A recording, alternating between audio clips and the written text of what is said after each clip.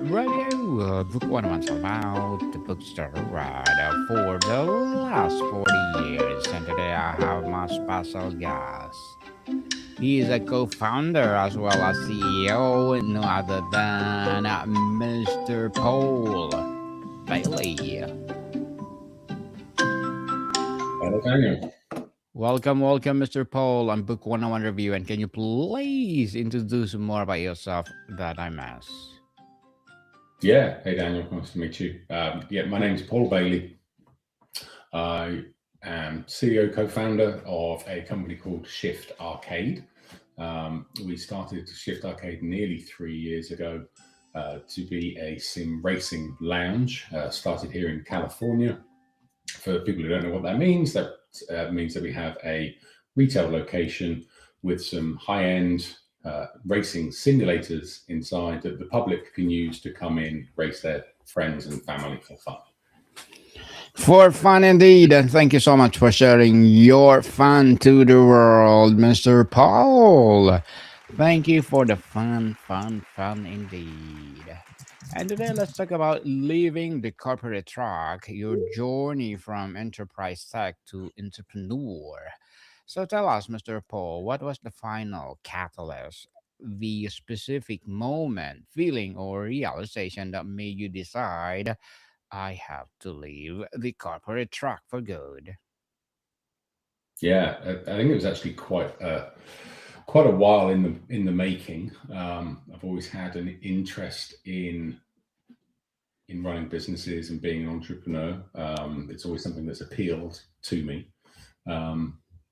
And I think, so it was about 3 years ago when we started the Shift Arcade, and I was I was working that on the side of my corporate job, doing it evenings and weekends.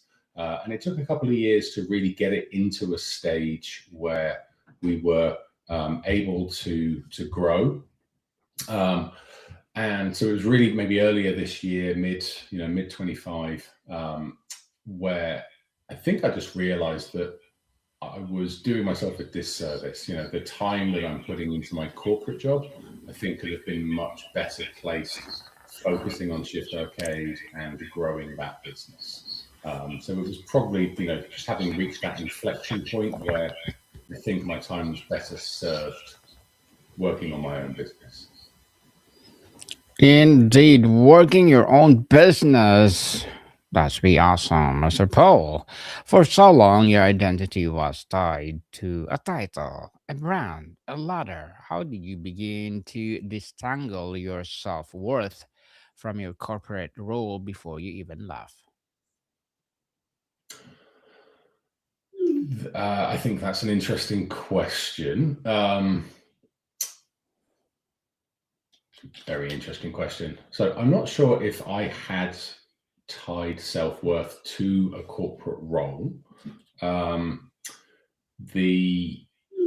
piece that I always enjoyed about corporate life was the ability to work on big problems and solve problems, work with intelligent people on complex problems, I guess. I still have the ability to do that in the in Shift Arcade. While on the screen you're sharing our website, shiftarcade.com, and you'll see the store that we have there. We also created all of the software that runs our location. So everything from bookings through to payments, leads, leaderboards, and gift cards, and also some software that actually provides a remote control service of the simulators themselves. So there's additional challenges that come from running the software company as well. And then this year we also started franchising the business. We've got another location live in Miami. We've got a couple more coming in Atlanta and Sacramento, and expect to be at about 9 before they get signed up by the end of this year.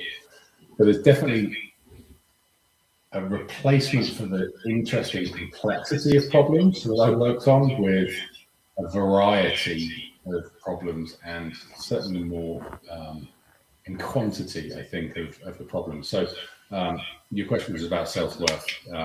I think I feel the worth from being able to apply myself into interesting problems, and I have that ability probably more in as an entrepreneur and working for myself than I did in the corporate world. Interesting, Mr. Paul. What was the single biggest fear you had to confront when making this leap, and how did you work through it? There's probably two fears, if I'm honest, and I'm not sure which one would be the biggest. So I'll share a bit about both. First is just the financial, right? You come out of a predictable but good tech sales role where the money was pretty good. I had some good years. To move over and bet on yourself, where you don't have a multi-million-dollar or multi-billion-dollar company backing your wages and your commission.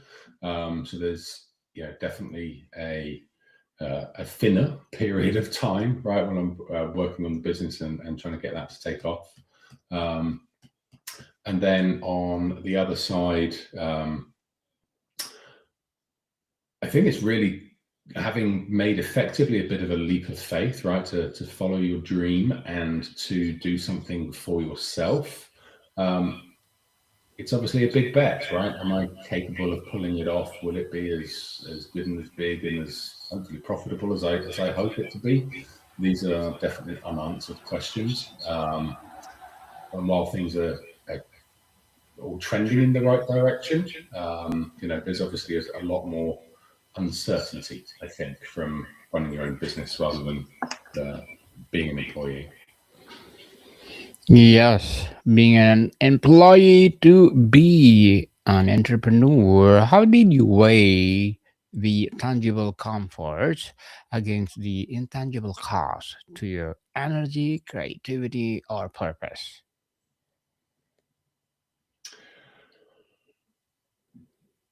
I'm not so much sure if I did. I think it was just purely a case of the role I was in most recently was not quite suited for me. So there was definitely a drive to get out of that, and it wasn't really a question as am I going to leave that role and go for another tech sales role. It was really, when I leave, I was definitely going to go and go into Shift Arcade full time. Some things had happened with the franchising business and the software business that just made it the right time to do that. In the US, you have to register federally as a franchisor. That's a long process, which we completed in June of this year. So for me to then, for that to be in place, really all of the main building blocks for us to be able to grow the franchise were there. So it was really a case of it just being the right time, if I'm honest. Now, one thing about, I think I've realized since leaving is, excuse me, I'm getting a bit of an echo back on myself. Okay. But yeah, one of the things that I've realized definitely is there's a big difference from an intrinsic satisfaction perspective, I guess. I'm not sure if I'm choosing the right words. Yeah, I always used to think quite a lot about work-life balance, right? And when you're working for somebody else, I feel it's very much like a seesaw, as we would call it in the UK, right? The kids' playground. You've got work on one side and life on the other, and it's very much kind of competing priorities, and you're trying to find a balance, right? But with one going down, the other one has to go up, and vice versa, right? So it's always a compromise. Whereas actually, I find that working for yourself, I enjoy working, right? I enjoy the challenges, I enjoy the creativity of it, and so I find it more now working for yourself. See how you see those kind of stacked pebbles by the side of the river. People stack them up.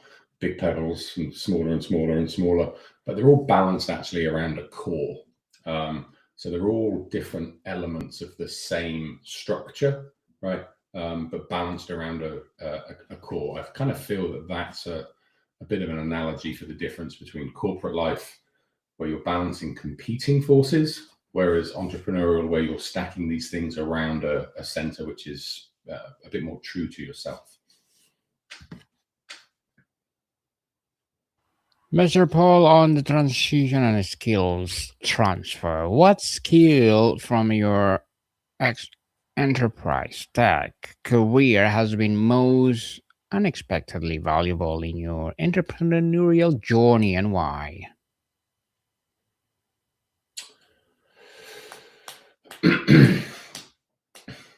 That's a good one. So I think, as a salesperson, I was always dealing with people, but also as a technology salesperson, I'm dealing with lots of people in roles and positions who are, significantly technically more knowledgeable than I am. So I've always been in a position where I'm relatively comfortable talking with people about concepts that I don't fully understand, but trying to distill the core essence of the problem, right? You're pulling together a perspective from lots of different people to try and get a picture of the overall challenge that the customer's going through. And that's definitely something which is usable, in everyday life and entrepreneurship, especially. But I think actually one thing that's surprised me maybe is, I think just how much of that technology understanding has sort of gone in through osmosis a little bit. I was never technical. I was always supported, thankfully, by great architects and engineers, and et cetera, et cetera. But now that it's we're myself and my co-founder, so there's really just the two of us mainly running the company. I'm finding that actually a lot of the technical understanding and the problems that I've been discussing over the years really helps me structure and implement, admittedly much smaller solutions internal to my own business, right? So we use lots of just point solutions, but we're tying them together with APIs. We're deploying little AI solutions. We're doing things that allow us to run the business as as a very small two-person company, trying to use technology to make things efficient. And it's between my business partner Greg and I that do that. And yeah, so it's actually, I think, a lot of the technical understanding that's seeped in and has put me in a position where I may not be able to solve these problems initially, but I have an understanding of how to approach them, right? And then between myself, Google, ChatGPT, and a bunch of research, we can obviously can often get these problems solved and implemented. Mr. Paul, your corporate network was vast. How did those relationships transform post leap? Who become your biggest supporters and were there surprising detractors? Sorry, Dan, I didn't quite catch the first part of the question. Yes, your corporate network was vast. How did those relationships transform post leap? Who become your biggest supporters and were there surprising detractors? Yeah, I think so, because what I do now is just so vastly different from anything that I was doing before. There's really no pass through for the I guess the professional benefit of the network that I built up over time. So certainly no detractors. I don't think I found anybody who talks down or is discouraging about what I'm doing. I'm very lucky to have a couple of people that I've worked with before, sales guys who have similar mindset, who actually are, friends and coaches, right? So we talk to each other about, side gigs and businesses that we're running, and hey, how have you tackled this, that, and the other? So it's always been very beneficial to me to have friends and colleagues like that.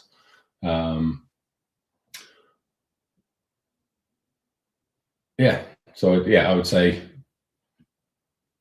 in my past, I've had people who still are friends, colleagues, and advisors, but certainly nobody that I can think of that would be a detractor. Mr. Paul, let's talk about on the entrepreneurial reality and mindset.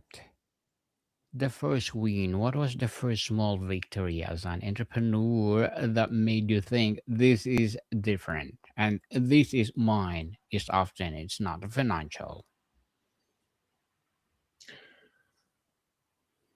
Um,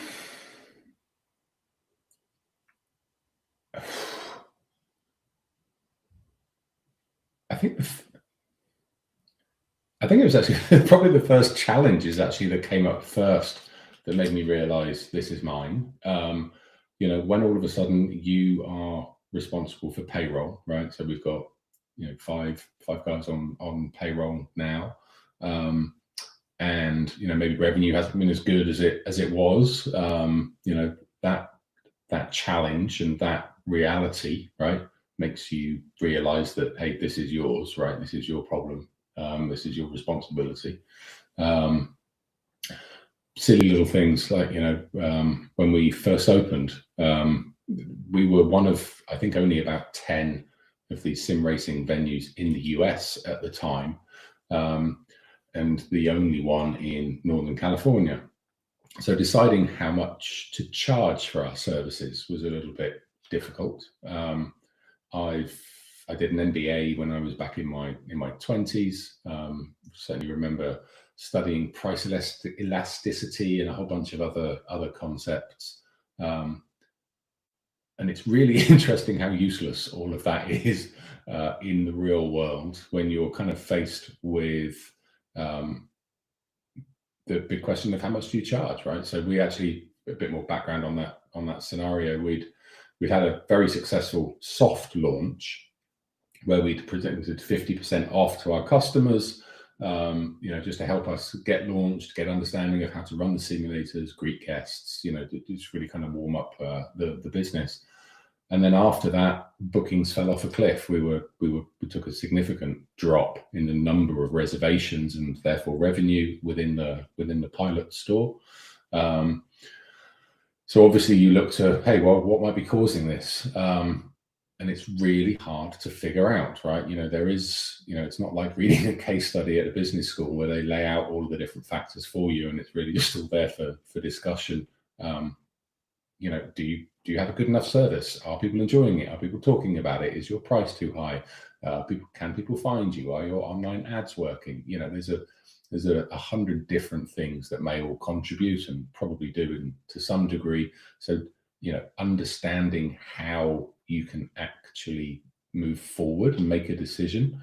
So I clearly remember, sat down thinking, oh my goodness, right? We'd only been open for a few weeks and if bookings have fallen off a cliff, is this going to fail after its first month? So we took some action. We kind of planned out. We did a few scenarios as to what pricing would need to be if we achieved a certain utilization, and we ended up settling on the price that we have now and have maintained that ever since. But I think it's probably more the problems and the realization that this is your problem to fix that makes you really realize that this is yours rather than the victories, I think. Mr. Paul, as a co-founder and CEO, what are your short-term and long-term goals? Yeah, so short term right now is I'm really balancing two things. So number one is to make each individual store as successful as possible. We've got 2 open right now. We've got 2 others who are in the process of signing leases, ordering simulators and getting started.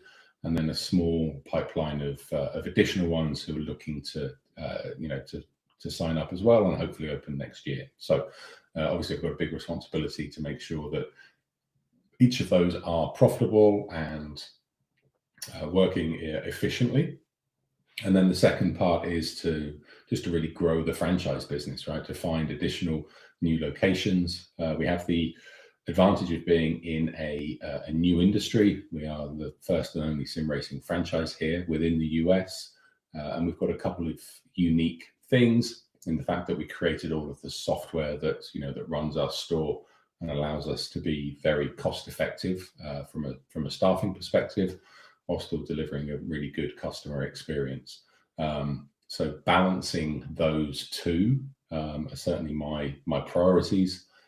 Long-term goals are, we're still relatively new. The company itself is only 3 years old, and we've been franchising for about, not even 6 months now. So, we're still at the start. Goals are really more about growth and growing the brand, providing a great, customer experience. I've got some, some dreams of being able to create significant and serious sim racing leagues with big prizes. Maybe emulate kind of the journey that was reflected in the film Gran Turismo, by doing, some version of a from simulator to real world racing competition experience prize, something along those lines. So there are 100 interesting things that we could do and ways that we could take this. Well, good luck to your goals, Mr. Paul, and looking forward for more success. And what would be your piece of advice for those people out there who want to be a founder as well as CEO like you? Ooh, I mean, at some point you just have to actually go and do it. This, certainly for me anyway, this was some business ownership, let's say, was something that had been on my mind for probably a couple of decades. I'm not sure if I can exactly pinpoint why, but it was something which certainly appealed to me, and but I hadn't done it. I think maybe being comfortable in the corporate job, having a family, other responsibilities. There's certainly many ways that life can just get in the way. But at some point, I think if you've got that itch at the at the back of your brain, you have to just step up and do it at some point. So action at some point definitely needs to be taken. So yeah, that's probably the biggest one.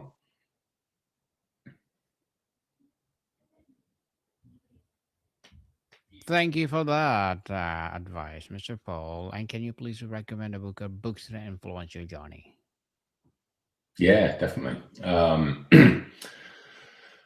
So actually, during my sales career, faced with many different customer conversations and challenges where we've got to understand that the customer's problem and then figure out how to match a solution from whatever technology is being presented at the time,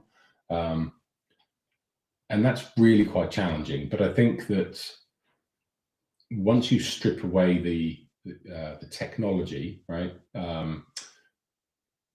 at the core of it all, there's a customer problem and a solution and some sort of evaluation. And there are a few really good books out there that really help distill down what is the underlying problem that's being solved. So one of them is called Cracked It, and it really helps define how to solve big problems and outlines some solutions which help you, sell like a top strategy consultant would. So that was a really good one. There are a couple of others which are quite technical and specific to to technology. COBIT, COBIT, and TOGAF, TOGAF, are both enterprise IT, enterprise architecture frameworks. They're a technical read, right? It's all processes and alignment of inputs and outputs, and a whole bunch of other things. But reading those actually kind of helps me realize, I think, that there's an underlying process and structure that you can bring to most problems, right? It's not like you have to tackle everything from the start every single time, right? You can use frameworks to help you get a head start towards whatever problems that you're solving. So that's something which I do, now whenever I'm tackling something new. Today I've been programming integrations between our own software and a marketing system that we want to do. I'm not a programmer. I've never done API integrations before in my life, but I can approach, into Chat GPT and with these other things with just general structure-based questions. If I were to do this, how would I do this? And it just helps put some structure on how to get through from the problem that I have to the solution that I want. Interesting, Mr. Paul, and thank you for the recommended books. So, tell us before we wrap up our discussion for today, what is your litmus test for someone who is dreaming of making this leap? How can they know if they're truly ready or just romantically dissatisfied? Ready for starting a business? Yes, please. Being entrepreneur. Um,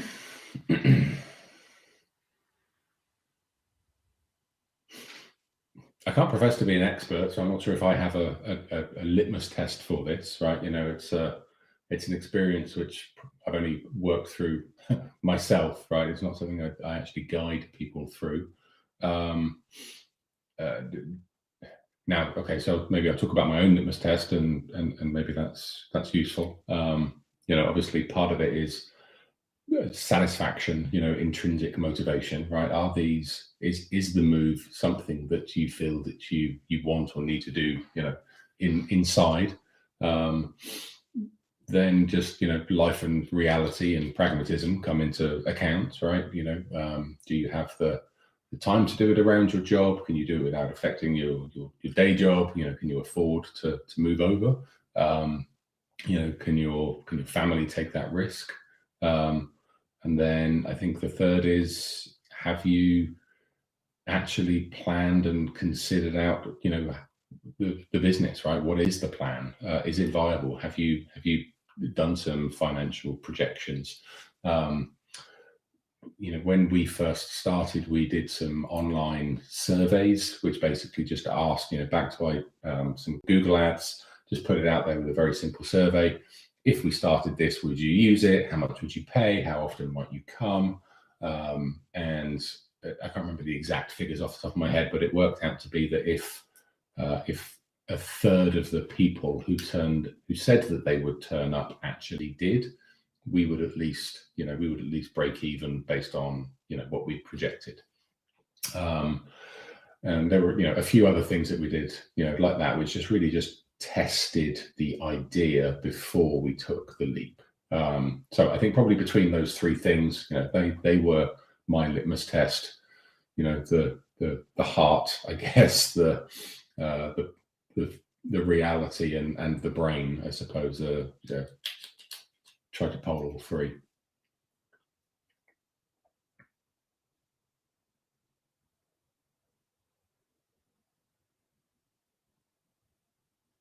The brain indeed. And Mr. Paul, before we wrap up our discussion for today, I'm inviting you to please do listen to my other podcast, people, because my abstract essay is already in fifth season, abstract poetry in second season, and my book 101 review in fifth season too.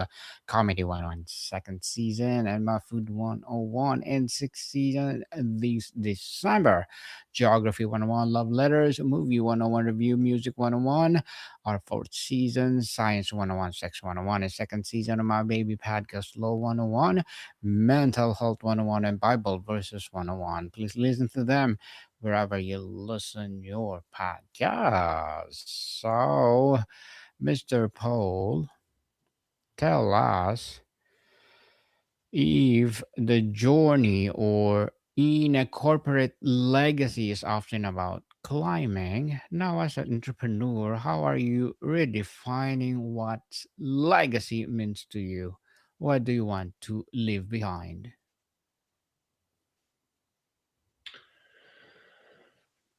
I think it's definitely more about building, which is maybe similar to corporate. You know, I was never one to climb the corporate ladder. What was interesting to me was, you know, working with interesting people, maybe solving bigger problems, right? You know, that sense of building and accomplishing something when you help a customer define a good solution to their problem.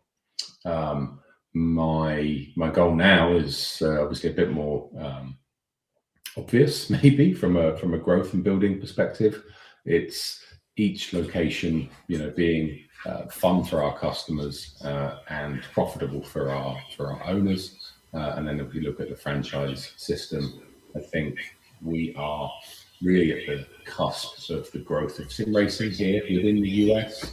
So it's really to take advantage of that, continue to offer a good customer experience, develop our software to be the most cost-effective and efficient sim racing business around, and to grow our franchise to 100 locations. That's the goal we had when we started. If it works once, let's do it 100 times. 100 times indeed. And thank you so much for sharing your business to the world, Mr. Paul. Thank you, thank you, thank you. So, can you please invite our listeners to support your business, chef, and whatever projects that you're doing right now? Yeah, thank you very much. I think the big plug is we're definitely looking to expand. So if there is somebody out there, maybe in the same position as me, have been working corporate life, looking to move out or maybe invest in a side business, franchising may be the right thing to do. We have a fun and profitable business. So have a look at shiftarcade.com/franchise. Whole bunch of info on there and a way to submit your details if you'd like to talk with me. Yes, people, let's support Mr. Paul Baillie because if you support him, for sure, more and more empowering chef like this to come. So, Mr. Paul, thank you so much. Are we exposed? Security teams ask this every day. Vulnerabilities across network, cloud, AI, and OT silos hide the truth, and attackers are watching. Tenable unifies your tools, teams, and data so you can spot and close risks fast. Tenable's AI-powered exposure management gives teams one view of risk, helping them focus, take action, and close critical exposures fast. Visit Tenable.com. Tenable, your exposure ends here. For your time. You too. Nice to meet you, Daniel. Thank you. More to come, people. See you soon.